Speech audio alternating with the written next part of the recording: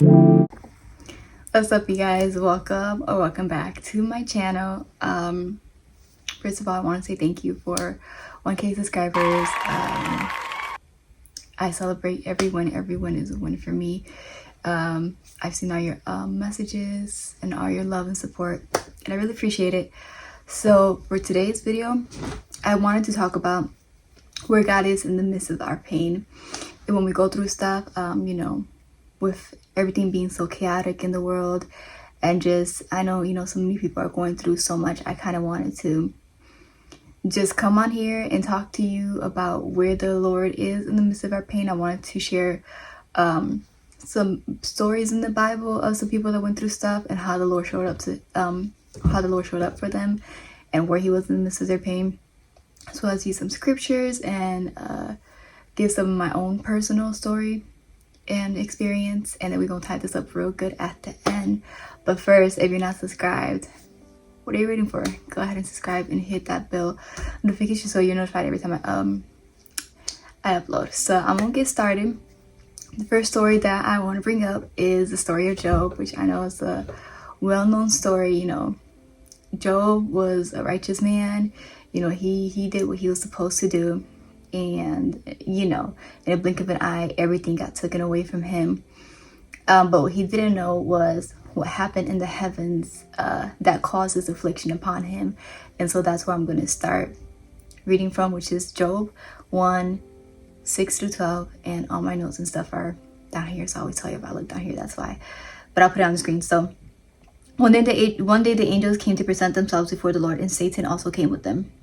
The Lord said to Satan, where have you come from? Satan answered the Lord, from roaming throughout the earth, going back and forth on it.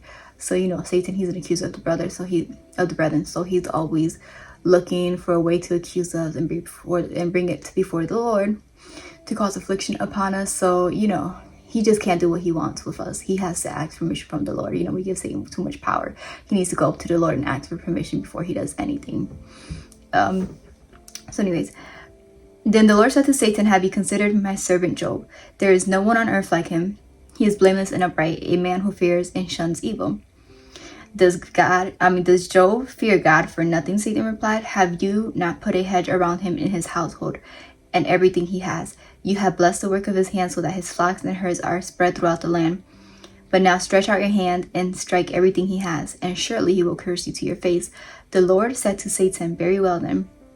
Everything he has is in your power, but on the man himself do not lay a finger. Then Satan went out from the presence of the Lord.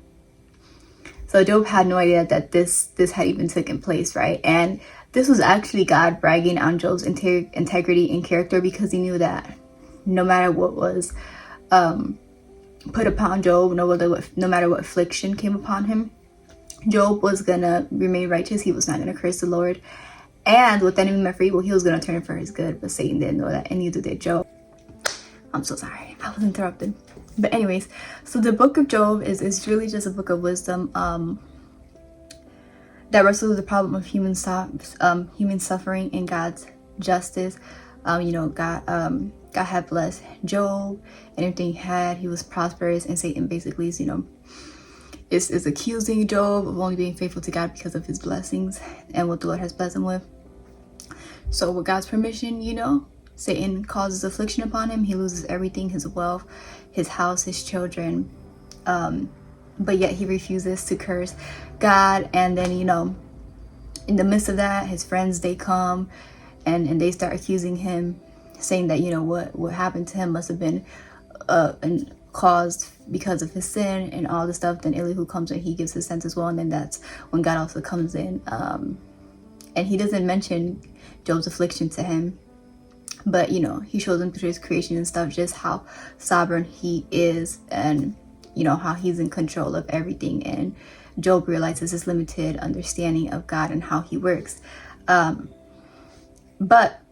then God restores everything double than what he had before. But I want to read Job's immediate response after all this tragedy hit him, after all his servants came back to back saying, they're the only ones that escaped, and they came to tell him, tragedy after tragedy after what happened to him. Job 1 verse 21 to 22, it says, and Job said, naked I came from my mother's womb, and naked I will depart. The Lord gave, and the Lord has taken away. May the name of the Lord be praised. In all this, Job did not sin by charging God with wrongdoing. And then in the midst of that, his wife comes and says, just curse your God and just die. And this is Job's response to her, because his wife, she did survive. Job 2 verse 9 to 10, his wife said to him, are you still maintaining your integrity? Curse God and die. He replied, you are talking like a foolish woman. Shall we accept good from God and not trouble? In all this, Job did not sin in what he said. And then this is when his friends come in. And I'm just reading a little bit, just to give you a bit of context, skipping around, just because I really want you to see, God in the midst of this whole thing, through this process. So Job 2 verse 12 to 13. When they saw him from a distance, they could hardly recognize him. They began to weep out loud, and they tore their robes and sprinkled dust on their heads. Then they sat on the ground with him for 7 days and 7 nights. No one said a word, because they saw how great his suffering was. And so in the midst of that, they seen how great his suffering was. They don't say nothing for 7 days, but then after that, they start, they gather against him, and they basically telling him, what you did is for your sin, and accusing him of all these things. So not only is Job, already grieving and mourning all his losses, but now this is another layer of what he has to deal with, his friends accusing him, and stuff.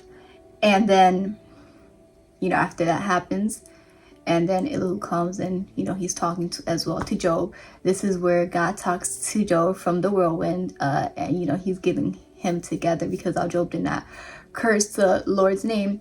He was, doing a lot of whining, complaining, wishing he was dead and stuff, which, rightfully so. He suffered a great loss. But this is where God comes in from the whirlwind. He talks to him, and he's getting him together, telling him, were you there when I did this? How this works? And all these things, just showing him his sovereignty and how he's almighty and all powerful.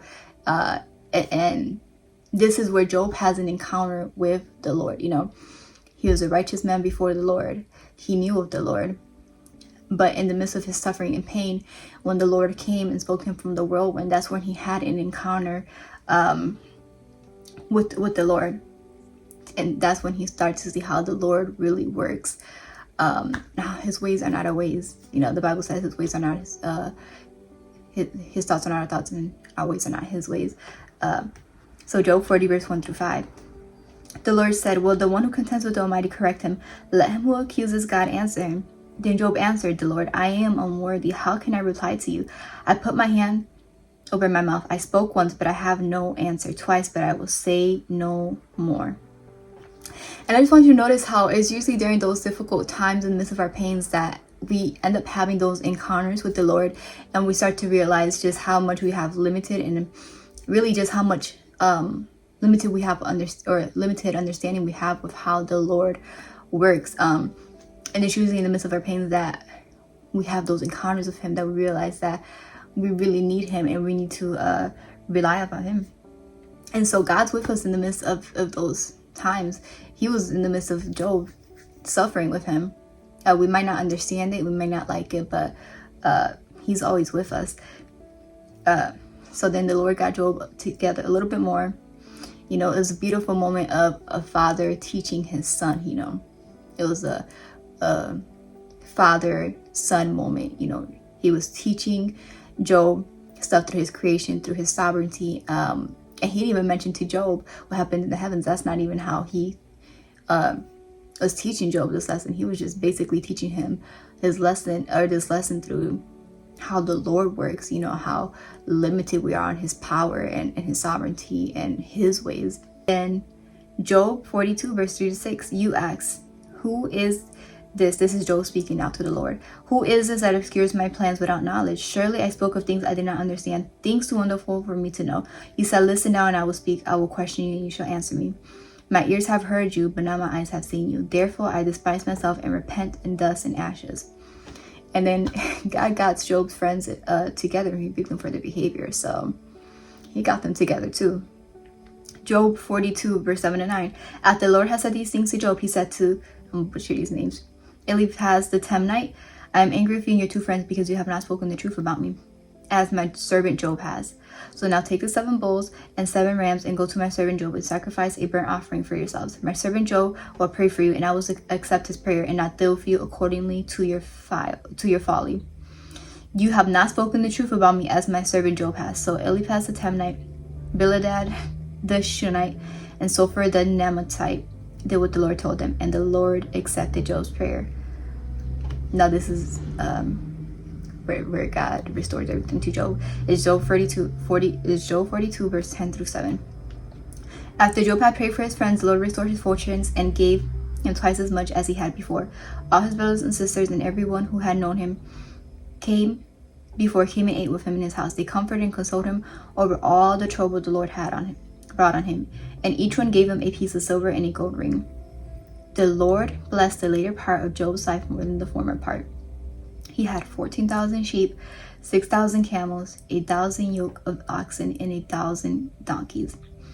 And he also had 7 sons and 3 daughters. Mess this up. The first daughter he named Jemima, the second Kiza, and the third Karen Hapuk. Nowhere in all the land were there found women as beautiful as Job's daughters, and their father granted them an inheritance along with their brothers. After this, Job lived 140 years. He saw his children and their children to the 4th generation. So Job died an old man and full of years. So God restored double to what Job had previous, and that doesn't mean that it makes up for the losses or what he went through or that he forgot about it. But we can look back and see how God's hands was in Job's life the whole time, and how he had turned it around, and how he used everything to work together for Job's good. Satan tried to afflict him and stuff, and he did go through his moment. He went through his affliction, he went through his pain, but at the end, he had an encounter with the Lord, and the Lord restored double to him. And it doesn't say that Job ever found out about what happened in the heavens. He might have gone his whole life not knowing what happened, but what he came out of was an encounter with the Lord, and having more knowledge and wisdom and understanding of how the Lord works, and the Lord restoring to him double what he had lost before. So he died full of years, and he was happy. And then the next story that I want to touch on is Joseph's story. So Abraham had Isaac. Isaac had twins, Esau and Jacob. Jacob had 12 sons, Benjamin. Joseph was his 11th son, and Jacob loved him dearly. He favored him. He made him a coat of many colors, and his brothers really despised him for that. They were jealous. Genesis 37 verse 3 to 4 says, "Now Israel loved Joseph because because God changed Jacob's name to Israel." In the previous chapters, you'll read about that if you go. "Now Israel loved Joseph more than all his children because he was the son of his old age, and he made him a coat of many colors. And when his brethren saw that their father loved him more than all his brethren, they hated him and could not speak peaceably unto him." So Joseph had some dreams that the Lord had given him, and the Lord had given him the gift of interpretation of dreams, and it was basically how his brothers were going to bow before him, which we'll see in the coming chapters. But he told his brothers about it prematurely, and his brothers were pissed about it. They were so mad that he would even tell them that they would bow before him, and so they planned to sell him to some Ishmaelites. And it says in Genesis 37 verse 27 to 28, "Instead of hurting him, let's sell him to those Ishmaelite traders. After all, he is our brother, our own flesh and blood, as his brothers agreed." So when the Ishmaelites, who were Midianite traders, came by, Joseph's brothers pulled him out of the cistern and sold him to them for 20 pieces of silver, and the traders took him to Egypt, because before they did that, they were just gonna put him in the cistern. They were just gonna let him die there. But you see God's favor in that, where they decided not to do that, and they sold him to some Ishmaelites as slaves. And then he was sold to Potiphar, and the Lord showed him great favor in Potiphar's house. It says in Genesis 39:2, "The Lord was with Joseph, so he succeeded in everything he did, as he served in the home of his Egyptian master. And then Potiphar's wife, because it said, Joseph was a good, young-looking man, she got very lustful, and she wanted to sleep with Joseph. And Joseph's a righteous man, so he's like, I'm not going to do that. And so after a couple attempts of her trying to sleep with him, one day she attempted again, and he ran off. But as he ran off, his cloak was left in her hand, so that's where she accused him of trying to sleep with him. Or I'm sorry, she accused him of trying to sleep with her, and he got thrown into prison because he was falsely accused. And that is in Genesis 39, verse 16 and 18. She kept the cloak with her until her husband came. Then she told him her story. That Hebrew slave he brought into our house tried to come in and fool around with me. She said, but when I screamed, he ran outside, leaving his cloak with me. But check out the Lord's favor even with Joseph being in prison. Genesis 39, verse 19 to 23. Potiphar was furious when he heard his wife's story about how Joseph treated her. So he took Joseph and threw him into the prison where the king's prisoners were held, and there he remained. But the Lord was with Joseph in the prison and showed him his faithful love. And the Lord made Joseph a favorite with the prison warden. Before long, the warden put Joseph in charge of all the other prisoners and everything that happened in the prison. The warden had no more worries because Joseph took care of everything. The Lord was with him and caused everything he did to succeed. So although he was sold into slavery and he was thrown into prison because he was falsely accused, the Lord showed him favor everywhere that he went. He was exalted and put in high positions of leadership, which would ultimately position him to be equipped to where the Lord was going to bring him to. So then while in prison, Pharaoh's cupbearer and baker, they both had dreams because they were both thrown into prison. So they both had dreams that this kind of disturbed them. And so Joseph, he noticed them. They look disturbed, so he goes up and asks them what's wrong. So they tell him the dreams, and like I said earlier, God had given Joseph the gift of dream interpretation. And so he tells them how it's the Lord that's able to interpret these dreams, and he tells them exactly what's going to happen. But I want you to see how even intentional God is in the midst of this encounter, because this is what unlocked Joseph's breakthrough. Genesis 40 verse 14 and 15. And please remember, he's talking to the mess. He's interpreting the dream. And please remember me and do me a favor when things go well for you.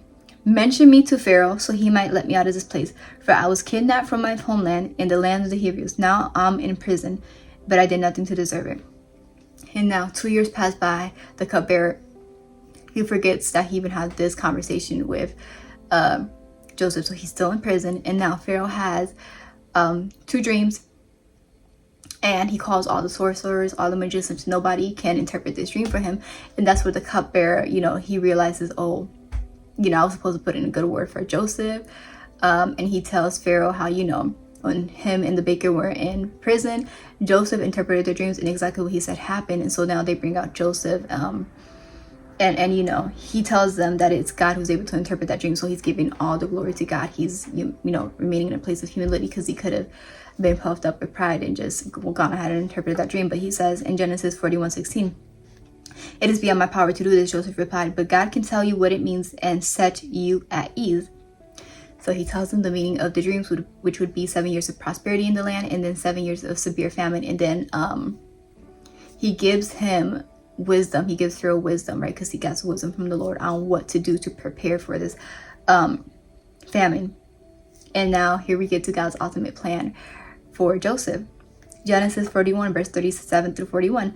Joseph's suggestions were well received by Pharaoh and his officials. So Pharaoh asked his officials, can we find anyone else like this man so obviously filled with the Spirit of God? Then Pharaoh said to Joseph, since God has revealed the meaning of the dreams to you, clearly no one else is as intelligent or as wise as you are. You will be in charge of my court, and my people will take orders from you. Only I, sitting on my throne, will have a rank higher than yours. Pharaoh said to Joseph, I hereby put you in charge of the entire land of Egypt.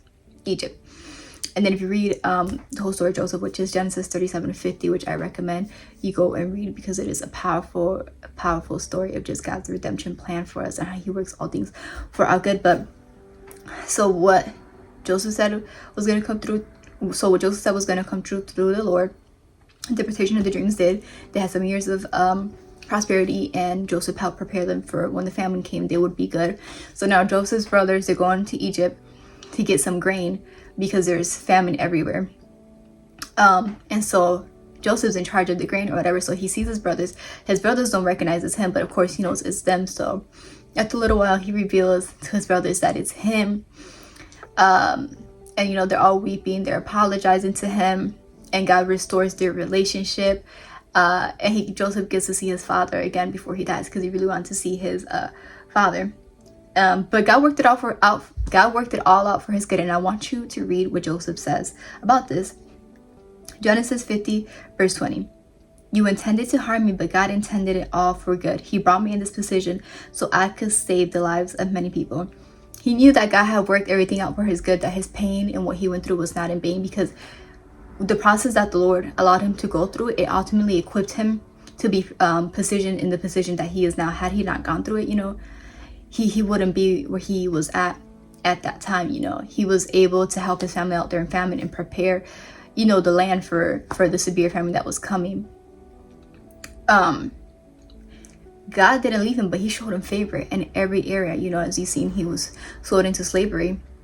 He had favor at Potiphar's house. He had a favor in prison, and now he had favor over the land of Egypt and Pharaoh. He was second after Pharaoh. Like, that's crazy. Something that only the Lord could have done. So sometimes we go through hard stuff and we don't get it, and we don't get why God would even allow us to go through these things. Romans 8:28 says, and we know that God causes everything to work together for those who are called of those who love God and are called according to his purpose for them. So that means that even when we mess up, when we do something and we mess up, the Lord will still use it for our good. Because nothing is wasted in the Lord's hand. Nothing is ever wasted. Nothing that we ever do is wasted. He works all things for our good. So even when we mess up, we can rest assured that the Lord's going to turn it for our good. And the last story that I want to share in the Bible is the story of Hannah, which is found in 1 Samuel chapter 1. And I want to make sure y'all read all these scriptures and stories for yourself to make sure I'm telling the truth. I'm always going to tell y'all to test everything by the Spirit, because I could be lying to y'all. It's a lot of lying people out here. So you make sure you read the word of God for yourself. Always test everything by the Holy Spirit and ask him, mark everybody. Okay. So 1 Samuel chapter 1, verse 2. Elkanah had two wives, Hannah and Peninnah. Peninnah had children, but Hannah did not. And I'm gonna skip on a little bit, so we don't stay here and I'll keep y'all for hours, okay? But I want y'all to stay with me. So I want y'all to get the context. Like, I'm going somewhere. Each story has a redemption plan for it, and you see God's hand in the midst of these people's pains in this story, in these stories that I'm sharing. So 1 Samuel chapter 1, verse 4-7. On the days Elkanah presented a sacrifice, he would go give portions of meat to Peninnah and each of her children. And though he loved Hannah, he would give her only one choice portion, because the Lord had given her no children. So Peninnah would taunt and make fun of her because the Lord had kept her from having children. Year after year was the same. Peninnah would taunt Hannah as they went to the tabernacle. Each time Hannah would be reduced to tears and would not even eat. So for this could look like, you've been believing God for something for a long time. You feel like it's been years, and you see your enemies getting that very thing, and they triumph over you. They're mocking you. They're taunting you, and you're like wondering, like, God, like, why would you allow my enemies to do this to me? But in Hannah's case, this encounter and Peninnah taunting her and mocking her for not having children and she having children, this brought Hannah to the Lord. It brought her through his presence. And so, the Lord is not going to waste nothing. He will use whatever to get us through his presence. Now, it doesn't mean it was his will for Peninnah to make fun of Hannah, but he will use everything to get us to his presence. And sometimes our enemies, they will get us to the presence of the Lord. And, your enemies, they could make fun of you, taunt you, do whatever they're going to do. Because at the end, by the time that the Lord gets done with you and blessing you, they will be silenced. They will look foolish. The Lord will prepare a table before you in the presence of your enemies. So let them mock, let them taunt you, let them say what they're going to say, because you know that the Lord is going to come through. And when he comes through, he's going to blow everybody's mind. And they're going to know that the hand of the Lord was over your life the whole entire time. So 1 Samuel 1:8. Why are you crying, Hannah? Elkanah would ask, why aren't you eating? Why be downhearted just because you have no children? You have me. Isn't that better than having 10 sons? And sometimes we're so focused on that thing that we've been believing God for, that we so desperately want, that we put it above God, and nothing is good enough for us until we get that thing. And we have all that we need through Christ. So we have everything that we need through Christ. So sometimes we just want it so bad, and like I said, we put it above God, and magnify it above God without even realizing it. 1 Samuel chapter 1 verse 9 through 11. And I'm a little bit congested, I'm sorry. Once after a sacrificial meal at Shiloh, Hannah got up and went to pray. Eli the priest was sitting at his customary place besides the entrance of the tabernacle. Hannah was in deep anguish, crying bitterly as she prayed to the Lord, and she made this vow. O Lord of heaven's armies, if you look upon my sorrow and answer my prayer, and give me a son, then I will give it back to you. He will be yours for his entire lifetime, and a sign that he has been dedicated to the Lord. His hair will never be cut. So finally, she's surrendering to the Lord. She's like, you know what? I'm gonna give this back. I'm gonna give this thing back to the Lord that I've been believing him for. And sometimes that's what we need to do. We need to surrender that very thing that's been causing us pain to the Lord, give it back to him, and say, you know what, God, you can have this, and use it as you find best fit to do it. And let go of that control, because you don't have no control over it anyways. It's only God that can do it. So let go of the grip and stop delaying. Oftentimes we want to trust God to take care of it, but we also have our grip in it. And so let go of that grip. Don't delay him doing something because you're trying to have control over something that you don't even have control over to begin with. So 1 Samuel chapter 1 verse 12 to 18. And as she was praying to the Lord, Eli the priest was watching her, saying her lips is moving but hearing no sound. Seeing her lips is moving but hearing no sound, he thought she had been drinking. Must you come here drunk? He demanded. Throw away your wine. Oh no, sir, she replied. I haven't been drinking wine or anything stronger, but I am very discouraged, and I was pouring out my heart to the Lord. Don't think I am a wicked woman, for I have been praying out of great anguish and sorrow. So she was pouring out her spirit before the Lord so much that this man of God thought that she was drunk. Have you ever just been so desperate in the Lord's presence that you're just pouring out your heart, and if somebody was to come by, they think you was crazy. They would probably think that it's something that got into you, but no. You're pouring your heart out before the Lord. You're laying everything at his feet. And then in that case, Eli said, go in peace. May the God of Israel grant the request you have asked of him. Oh, thank you, sir, she exclaimed. Then she went back and began to eat again. And she was no longer sad. Maybe after she had got done fully surrendering that thing to the Lord, she was no longer sad. She no longer felt that grief or anguish. And that's what happens when we surrender that thing fully to the Lord. He will take our grief and our pain, and he will restore our hearts, and he will fill us with joy. So now watch this. I want you to watch what happens after she surrenders this to the Lord. 1 Samuel 1 verse 19 to 20. I'm congested, my fault. 1 Samuel chapter 1 verse 19 through 20. The entire family got up the next morning and went to worship the Lord once more. Then they returned home to Ramah. When Elkanah slept with Hannah, the Lord remembered her plea. In due time, she gave birth to a son. She named him Samuel, for she said, I asked the Lord for him. Then after the baby was weaned, she took him to the tabernacle as she had promised. 1 Samuel verse 1 through 26 through 28. Sir, do you remember me? Hannah asked. I am the very woman who stood here several years ago praying to the Lord. I asked the Lord to give me this boy, and he has granted my request. Now I am giving him to the Lord, and he will belong to the Lord his whole life. And they worship the Lord there. Watch this though. 1 Samuel 2 verse 21. And the Lord blessed Hannah, and she conceived and gave birth to 3 sons and 2 daughters. Meanwhile, Samuel grew up in the presence of the Lord. Although she gave prophet Samuel to the Lord blessed her with 5 more children. She was once childless, baby. Now she is full of kids. That is the Lord's favor. 1 Samuel chapter 3 verse 1.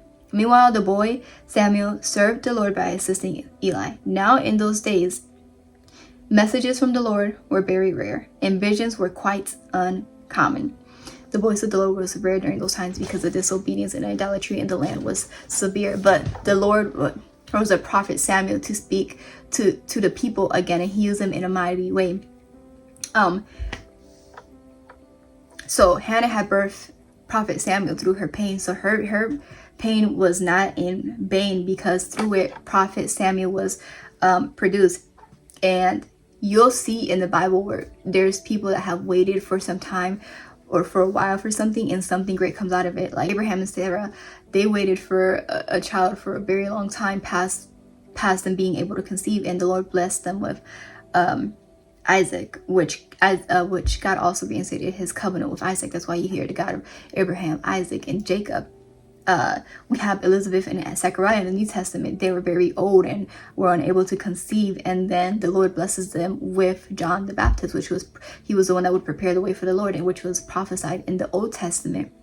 There were people in the Bible, if you see in the Bible, there was people that waited for a while for the Lord, what seemed impossible, and the Lord turned it around for their good. And he just did what only he could do. Like, he just blew everybody's mind. It was their patience and their pain, and it was their patience in the midst of their pain and their faithfulness to the Lord in the midst of their pains that produced that favor. Because the Lord wants to know that even though you're going through a painful situation, will you still trust him? Will you still be faithful to him? Will you still worship and serve him and call him good, even when everything around you looks like it's falling apart? And I could speak from my own personal experience too. The Lord has brought me through some really tough things that I did not like and did not feel good and comfortable at all. But it was during those times that he drew something out of me that had me come to him in full dependency and realize, like, I cannot do this on my own. I'm not smart enough. Like, I don't even know how to come out of this. And it made me realize that I need the Lord more than I ever did. It's during those moments, where the Lord pulls things out of us. He takes to the refiner's fire, the pruning season, and takes those things out of us that aren't like him. He makes us more like his son Jesus. And I'm not perfect. The Lord's still dealing with me through some things, but I can say that it's been those moments of pruning and refining, and in the midst of my pain, that I've drawn closer to him, and he's increased in me while I decreased. And because of that, I'm able to steward the things well that he's put on the inside of me, and that are in front of me. Because had I not been through those seasons, had I not been through that refining and through that pain, I wouldn't be where I'm at now. I would not be able to have the wisdom, the knowledge, the ability to remain in humility and steward things well that he puts in front of me. And people always say, like, you're so wise. Like, how did you get so wise before the Lord? And I always tell them, like, it was the process that the Lord took me through. It was him taking me through a process of humility and the birthing pains. When the Lord births something on the inside of you, you got to go through those birthing pains, and it's uncomfortable, it's painful, but at the end you rejoice when you see what the Lord has done, when you see where he has brought you through. And I wouldn't be here had it not been through those moments of pain, excruciating pain and desperation, and getting before the Lord on my face and just having him deal with me however he had to. So where's God in the midst of pain? He's right there with you. He is working things out for you. He's going ahead of you. He's turning those crooked paths into straight paths that you don't see, or maybe you do. But I want to leave you with these Bible verses right here, which is Psalms 34 verse 17 through 20. The Lord hears his people when they call to him. He rescues them from all their troubles. The Lord is close to the brokenhearted. He rescues those whose spirits are crushed. The righteous person faces many troubles, but the Lord comes to rescue each time. For the Lord protects the bones of the righteous. Not one of them is broken. So he's with you in the midst of the pain, in the midst of your pain, in the midst of the tribulations and trials and storms. Don't be afraid to cry out to him. Be honest with him for real emotions, and ask him to help you see what it is that he needs you to see in this season, what he needs you to do, because he always answers. So God bless you. I'll see you guys in my next video. Bye.